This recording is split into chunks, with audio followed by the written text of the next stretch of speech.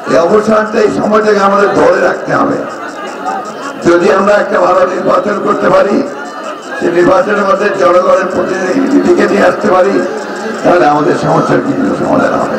নতুন সরকার মাত্র 20-22 দিন বয়স হয়েছে, একে আমাদের সময় দিতে হবে যে সে যেন একটা সুষ্ঠু নির্বাচন করার মতো পরিবেশ তৈরি করতে পারে, তাই না?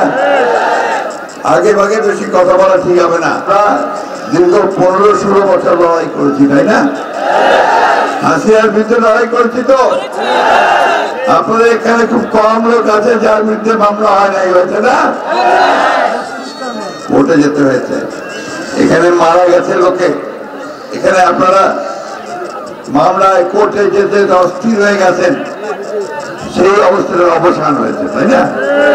কিন্তু এটা এই অবসানটা এই সময়টাকে আমাদের ধরে রাখতে হবে। যদি আমরা একটা ভালো নির্বাচন করতে পারি, সেই নির্বাচনের মধ্যে জনগণের প্রতিনিধিকে নিয়ে আসতে পারি, তাহলে আমাদের সমস্যার কিছু সমাধান হবে।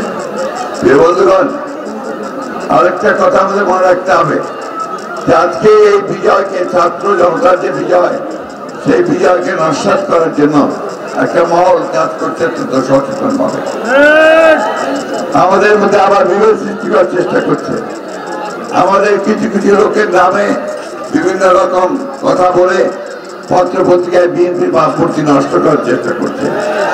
এইখান থেকে সবাই বিরত থাকবেন। যদি কাউকে দেখেন যে চাঁদাবাজি করছে বা দখলদারি করছে, তাকে ধরে সাথে সাথে পুলিশে দেবেন অথবা আপনারা এই ব্যাপারে আমাদের কোন রকমের কোন সুপারিশ থাকবে না। আমরা পরিষ্কার বিএনপির কোন লোক এটা করতে পারে না, তা আপনাদেরকে এটা প্রতিরোধ করতে হবে। বলতে এই কথাটা মেসেজটা খুব ক্লিয়ার। আমরা বন্যার দুর্গত মানুষের পাশে দাঁড়াতে এসেছি, আমরা দাঁড়াবো।